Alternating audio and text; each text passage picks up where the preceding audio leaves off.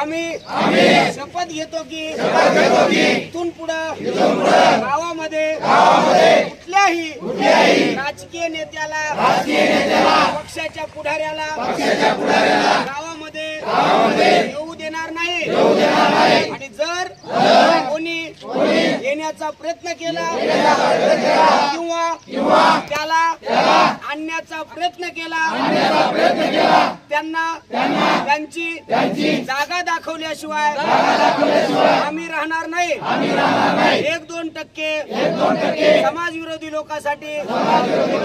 समाजाशी आम्ही कधीच गद्दारी करणार नाही एवढी विनंती आम्ही करतो आणि जरांगे पाटला सोबत तन मन धनाने लढाई जिंकेपर्यंत